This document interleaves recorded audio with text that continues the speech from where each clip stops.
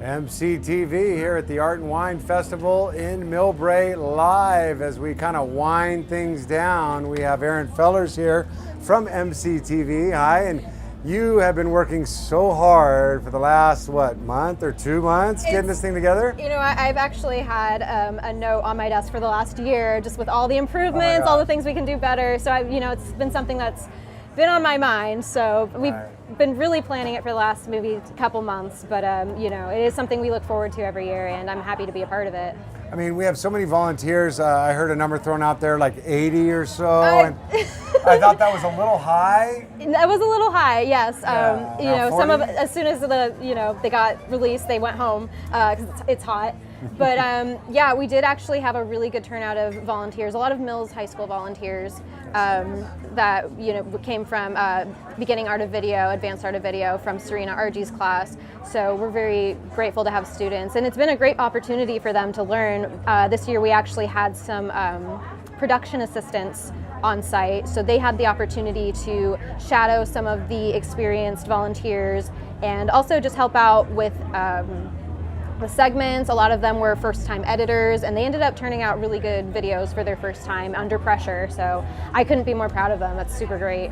Well, producing something like this is certainly a challenge, and Gene Hinterman is here, and he produces year after year, and also Randy we just were talking with. Yeah. And what goes through your mind kind of starting out? Is this the first year that you've actually produced the whole show? Yes, this is my third Art and Wine. I started the summer during a summer internship a couple years ago. I directed the 2016 show, and this is my first time with a producer credit. My first producer credit in general, so it's exciting. A lot. I learned a lot, definitely. There's a lot I'd like to improve. I can't improve the weather, but everyone stuck through it, and I'm blown away. I mean, I was in the editing office, so I had some air conditioning, so I can't complain. But kudos to everyone who came to the festival in general. So. And you kind of altered the format this year. Did things a little bit different? Yes. So we shortened the program. 5 hours is a very long time, and I'm very glad that we did, because the weather did not cooperate with us this year. We also had some pre-recorded segments, pre-recorded interviews, so we did change a little bit, but I do think that's for the better. It's a more digestible format, more people are going to be inclined to watch, and it just kind of gave our editors an opportunity to kind of get acclimated, especially because we had so many new ones, a chance to get acclimated to the software and the rendering and everything they had to do to get their footage out on time. Well, it seems to have gone really well.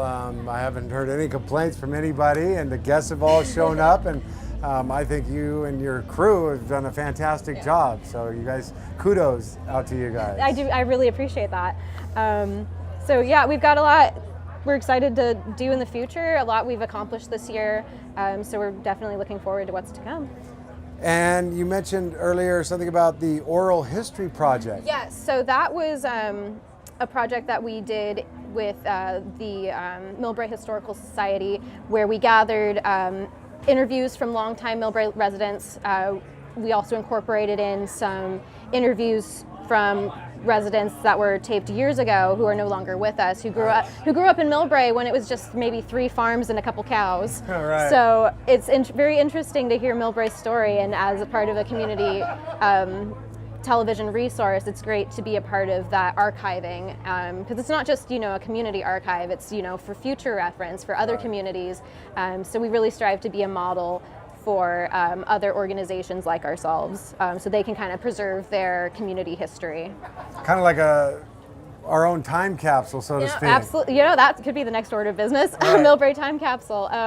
But yeah, we do kind of serve, along with our work as a community nonprofit, we are also a resource for the history of the community. We do record council meetings for posterity, and kids. It's so fun when kids will see videos of themselves from years ago, from say the Monster March or something like that. So it's really great, and I do love working for this community, and I'm very happy to put on this festival, not put on the festival, Well, put on this program. our portion of the festival. Yeah, So. and you mentioned working for the community. I did that back in the mid-90s, also filming the community meetings, which was a lot of fun. All right, we're getting the wrap sign here.